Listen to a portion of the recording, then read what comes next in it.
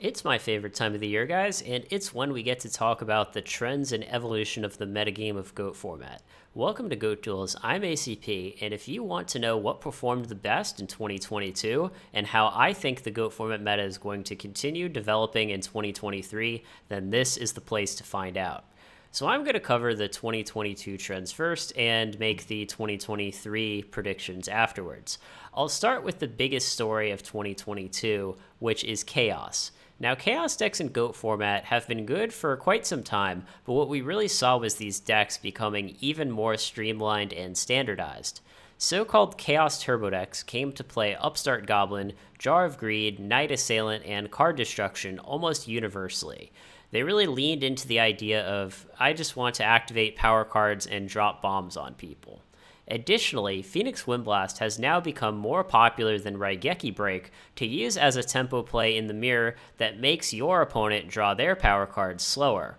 I have an example deck list up here so that you can see what this sort of deck typically looks like. These standard Chaos decks became very popular in 2022, occupying nearly half of the meta at competitive online events. As a result, the meta became heavily centralized around beating these Chaos decks, and most Chaos players were very much preparing for the mirror with cards like Trap Dust Shoot, of course Phoenix Windblast, and the newfound tech card Golem Sentry. A lot of anti-Chaos decks have popped up, and the main two are Chaos Return and Monarchs. Both of these decks have one thing in common though, which is that they play Zaborg the Thunder Monarch, a great counter to Chaos because it attacks over Chaos Sorcerer and Gravekeeper Spy, while also being able to destroy a valuable set monster like Magician of Faith. The other thing that they have in common, though, is that these decks put up great results despite not being very popular.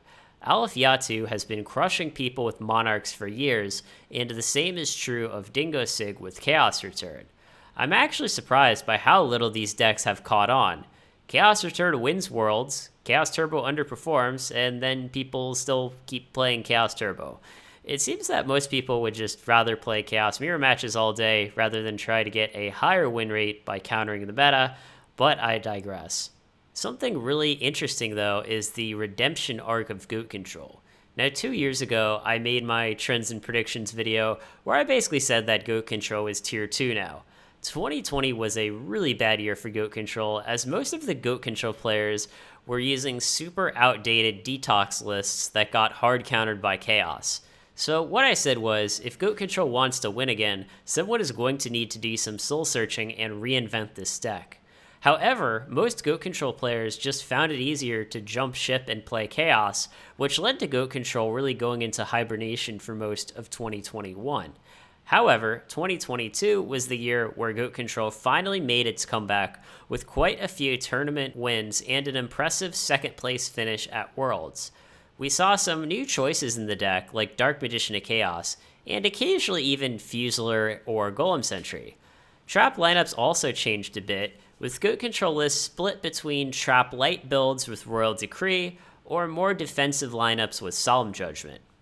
Overall, I think GOAT Control has finally reached equilibrium in the metagame, where the deck is neither underplayed nor overplayed. Chaos Control was pretty popular at the beginning of 2022, but it really dropped off the map towards the end of the year as most people realized that trying to combine Thunder Dragons and Chaos Sorcerers with Scapegoats and Metamorphoses into a single deck was not really the best strategy.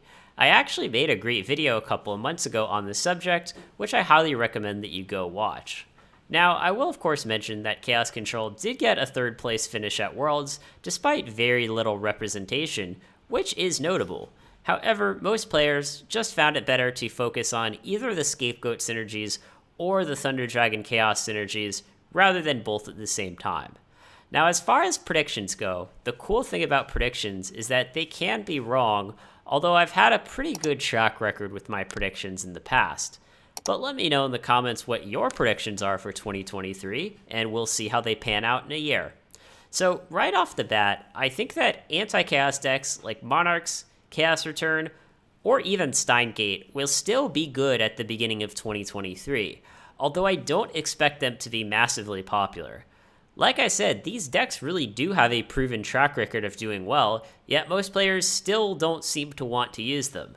Maybe it's just a playstyle thing, or maybe everyone just likes to play Chaos. However, I do want to go on the record and say that I think Standard Chaos's best days are far behind it. At the end of 2023, I do not think we will be seeing tournaments where Standard Chaos is nearly 50% of the metagame as we have in recent past. This is simply because Chaos is pretty clearly underperforming based on the statistics, and I think top players are catching on to this, and some of them will switch to different decks, possibly even Goat Control. That being said, I do think that Standard Chaos will continue to be a popular deck, probably even the most popular deck, especially in ladder play. This is because this deck is very easy to understand and pick up, and hence is the most friendly to newer players. But the way that I see the metagame developing in high-level tournaments is more towards balance and diversity. I don't think that we're going to see one particular deck dominate most of the tournaments in 2023, and that's because there really is a counter to everything in GOAT format. And the players who want to win tournaments are going to try to beat the most popular decks, not join them. I know this might surprise people coming over from current format. You're used to playing formats where the best path to winning is to find the most broken mechanic and optimize it. But GOAT format isn't really anything like this. There are plenty of decks that are favored versus Chaos. So the way that I see it, the way that Standard Chaos is positioned in the metagame right now reminds me very much of how Goat Control was positioned in 2019. It's massively oversaturated, everyone is gunning to beat it. But that being said, I don't think Chaos will ever get pushed to the sidelines completely in favor of some other deck, which was kind of what we saw happen with Goat Control for a while.